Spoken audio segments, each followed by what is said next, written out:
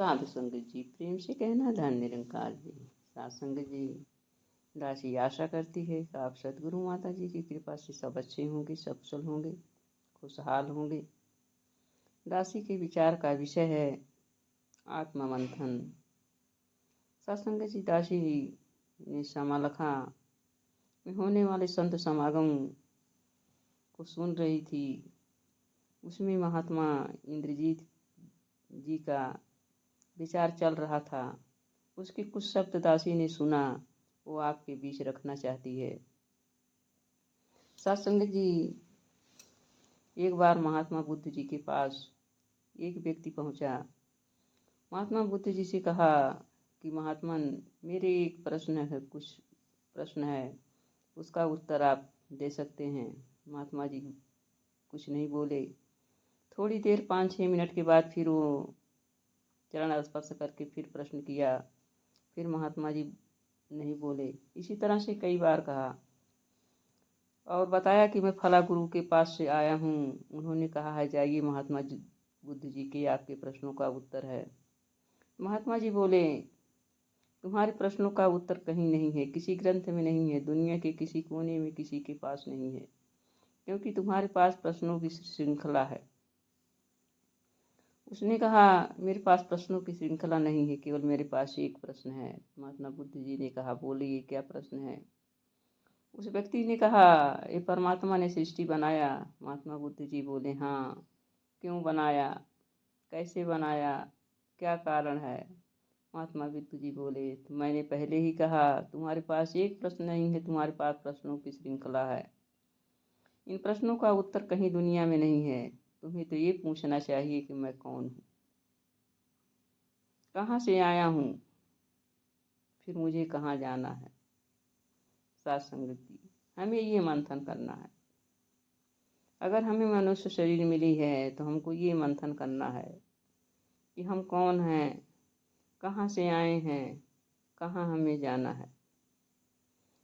फिर जो है, जिस महात्मा के सामने हम नतमस्तक होंगे, वो बता देगा। इस प्रश्न का उत्तर है सदगुरु के पास।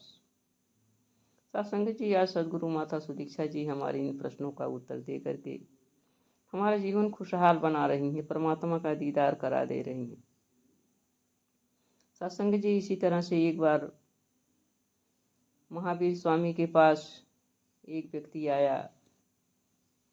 कहा, महात्मन, मैं इंसान हूँ। कहे, हाँ, तुम इंसान हो।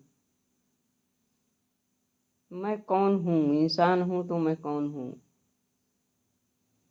सत्संग जी, महात्मा महावीर जी ने कहा, इसका आंसर जो है सदगुरु के पास होता है। इसी आंसर को पूछने के लिए भगवान श्री रामचंद्र जी स्वयं गुरु वशिष्ठ के आश्रम में गए थे। जब दरवाजा खटखटाया तो वशिष्ठ जी ने पूछा, कौन। श्री रामचंद्र जी ने कहा, यही तो मैं जानने आया हूँ, वो मैं कौन हूँ। सत्संग जी, ये आत्ममंथन है कि मैं कौन हूँ, कहाँ से आया हूँ, कहाँ मुझे जाना है। और आया हूँ और जाना है जो, और इसके बाद जो बीच का समय है, जीवन जिसको कहते हैं, उस जीवन में हमें करना क्या है। जब तक हमारा जीवन है उसमें हमें करना क्या है। इन सारे प्रश्नों को हमें पूछना चाहिए। और इस प्रश्नों का उत्तर जो है सदगुरु के शरण में मिलता है। सदगुरु के शरणों में नतमस्तक होते हैं मिलता है। और सदगुरु जो है आज इसी को बताने के लिए इतने बड़े बड़े बड़े विशाल समागम का आयोजन करते हैं। सत्संग जी, आत्ममंथन सदगुरु ने बहुत सोच विचार करके रखा है। इतने दिनों से हम ब्रह्म ज्ञान ले लिए हैं, और जो नहीं भी लिए हैं तो उन्हें तो ये पूछना है कि हम कौन हैं, कहाँ से आए हैं।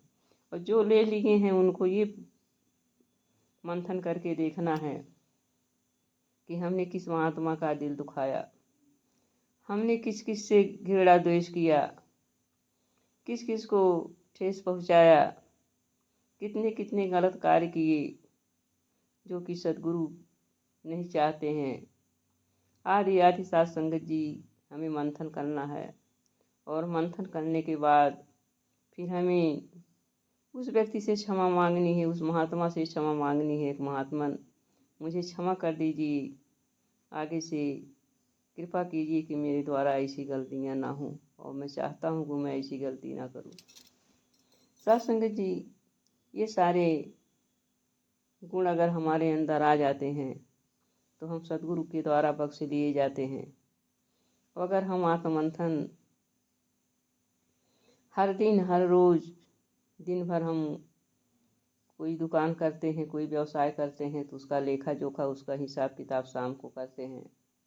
लेकिन साथ संगत जी, जो दुकान, जो व्यवसाय, जो व्यापार हमें सदगुरु ने दे दिया है, इस ब्रह्म ज्ञान का व्यापार, शाम को हमें इसका भी लेखा जोखा करना चाहिए कि आज हमने किस किस को ठेस पहुंचाया, हमारी वाणी के द्वारा कौन दुखी हुआ, हम किसको देख करके नुक्स निकाल दिए, किसके पहनावे को देख करके हमें घृणा हो गई, किसके खान पान को देख करके घृणा हो गई, किसकी कोई वस्तु हम हड़पना चाह रहे थे, किसकी किसी वस्तु को देख करके हमें लालच आ गई। इसके लिए हम आज समय आ गया है, हम क्षमा मांगे सदगुरु से, उस महात्मा से, बख्शवा लें, नहीं तो समय चला जाएगा। आइए साथ संगत जी, आत्ममंथन एक गूढ़ शब्द है। हम आत्ममंथन करें, अपने अंदर झांकें, अपने अंदर देखें, और देख करके, झांक करके उन सारे अवगुणों को दूर करने का प्रयास करें। प्रयास ही ना करें, प्रण करें कि आगे से हमारे अंदर ये सारे दुर्गुण ना आए। साथ संगत जी, प्रेम से कहना, धन निरंकार जी।